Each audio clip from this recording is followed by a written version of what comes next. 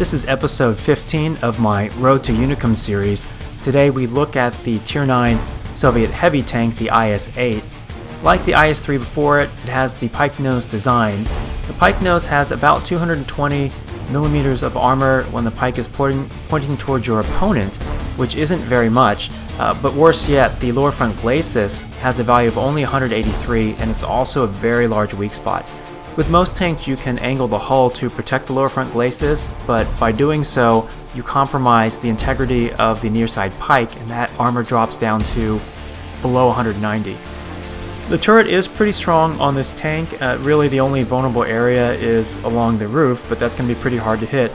And frankly, most players will simply shoot you through your lower front glacis or near side pike if they have the opportunity. There's some really trollishly thick spaced armor on the side of this tank. You can see the values here at an angle are over 600, and even if a tank shoots you from a full flanking shot, so a penetration angle of 0 degrees, you're still looking at north of 270 millimeters of armor on the side hull.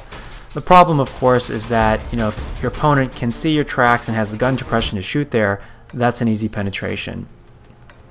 This is a Tier 10 city map battle, and what I'm going to do is push up to a forward spot, which allows me to hide a good deal of my pikenose but get some early opportunities for spotting and damage. It's really important to keep your gun active throughout the match. That's one of the biggest things that I've seen Unicums do consistently.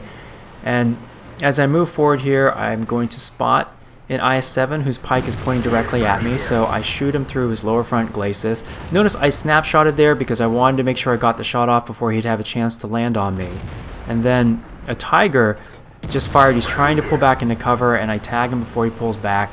Now, of course, those Tigers are Tier 7 tanks. They shouldn't be here. They're in a platoon with incorrect matchmaking, which really saddles their team. And the Tiger wasn't paying attention. I caught him, I could shoot anywhere with the way he was facing. His turret was turned sideways, and his front hull armor is very soft anyway. The gun for the IS-8, the top gun, has really nice penetration of 258 with silver ammo and very solid alpha of 440. The main issue with the gun is that it's not particularly accurate, and it's kind of slow aiming, so in order to get a shot at an opponent, if you're not snapshotting, you're going to be exposing your front nose pike or lower front glacis towards your opponent. The good thing is we've managed to tag this IS-7 several times. The softest part of his tank frontally is the lower front glacis, and again, for the IS-7 it's pretty large, and even if it's slightly angled like he had it, it probably has a penetration or effective armor value of around 240, which is an area that I'll penetrate more often than not with 258 armor piecing penetration and with the armor normalization. This E100 had pulled up. I took a full flanking shot, took out a big chunk of my hit points. I managed to track him there and damage him with a shot through the drive wheel. Definitely a lucky shot, you could say, in terms of RNG. That shot was more fully aimed in because the Tiger had his turret turned sideways, so that's an easy penetration. And the IS-7, the enemy, has pushed up. In a moment here, he's going to expose himself pretty flat, which really he shouldn't do. I snapshot him and then was hoping to pull back, but ate a shot in return. And it's kind of funny, the IS-7's gun is meaningfully worse in terms of the gun handling. The gun handling on this tank, it's okay, but it's not really great for reliable snapshotting. I have landed a number of snapshots, but I would say that's, just lucky RNG more than anything else. And this Tiger driver is about to make a mistake. He should know that I'm here and I'm going to be pre-aiming in this gap. But he's, so intent on the E5 in front of him, who's at low HP, I'm able to finish him off. And we have a pretty large lead here, 7-3, and we've killed the other tanks aside from the E100 on this area of the map. So you're about to watch my team blow a very big lead and play the situation incorrectly. What we should have done, the E5, me and the Waffle, should have moved up behind hard cover but on opposite sides of the E100 and either take shots when his turret's not facing us, or after he fires, move up and take our time getting good shot. The problem when the E5 died is that he offered the E100 hard cover to cover his lower front glacis. I took too long taking an initial shot opportunity, and then later when I was fully aimed in, there's only a small sliver of his lower front glacis exposed. The other thing which is really hurting us is that we have a Tier 10 IS-7 tank who's firing high explosive, and he's been cowering in the back. And it's pretty hard really to, win battles if you've got top tier bully heavy tanks that are not driven properly.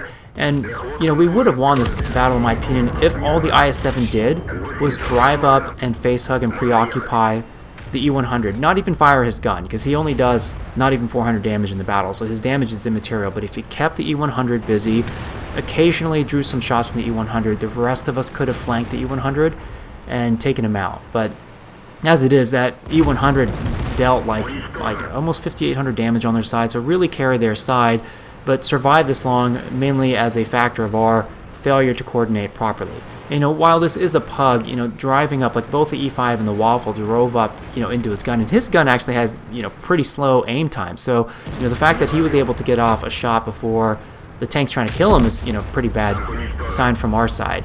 Unfortunately for me, my driver's dead, and I'm taking too long to get out of the E100's way.